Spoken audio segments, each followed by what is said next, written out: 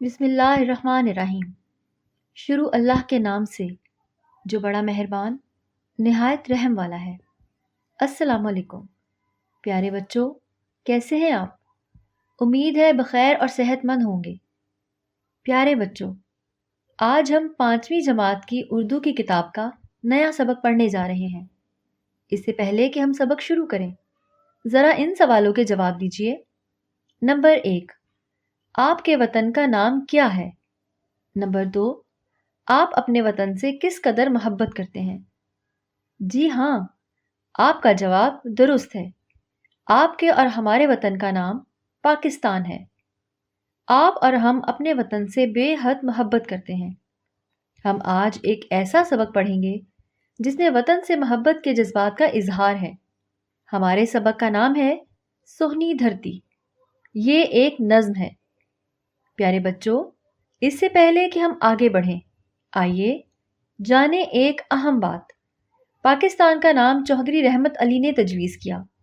بچوں، سبق پڑھنے سے پہلے آپ کو کچھ اہم الفاظ کے معنی بتاؤں گی تاکہ سبق کا مطلب سمجھنے میں آسانی رہے۔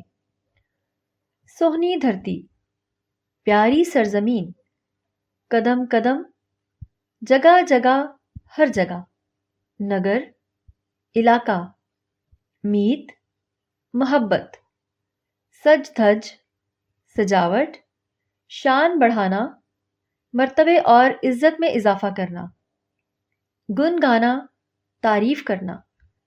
الفاظ کے معنی سمجھنے کے بعد آئیے سبق شروع کرتے ہیں۔ سہنی دھرتی اللہ رکھے، قدم قدم آباد تجھے، قدم قدم آباد۔ سہنی دھرتی اللہ رکھے، قدم قدم آباد تجھے، قدم قدم آباد۔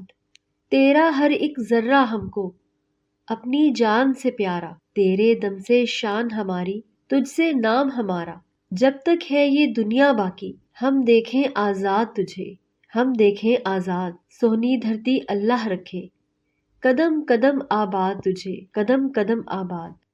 پیارے بچوں، یہاں پر ذرا ٹھہریے، میں آپ سے ایک سوال کرتی ہوں تاکہ پتہ چلے کہ آپ سبق توجہ سے سن رہے ہیں یا نہیں۔ سوچیے اور بتائیے، ہمارا نام کس کے دم سے ہے؟ جی ہاں، آپ کی بات درست ہے۔ ہمارا نام اپنے وطن کے دم سے ہے۔ دھڑکن دھڑکن پیار ہے تیرا، قدم قدم پر گیت رے، بستی بستی تیرا چرچا، نگر نگر ہے میت رے۔ جب تک ہے یہ دنیا باقی، ہم دیکھیں آزاد تجھے، ہم دیکھیں آزاد۔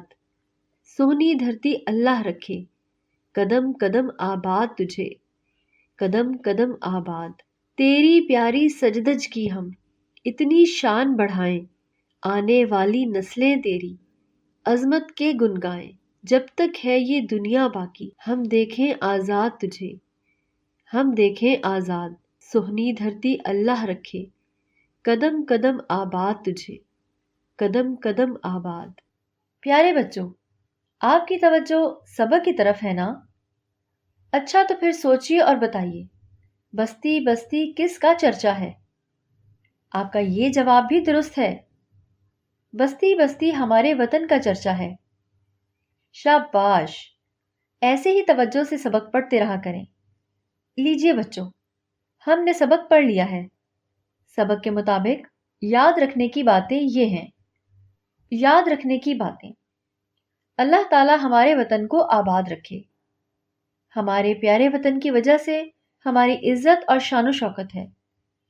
پیارے بچوں، ہم نے سبق پڑھا، اب ہم مشق کریں گے، لیکن اس سے پہلے آپ نے کچھ کام کرنے ہیں۔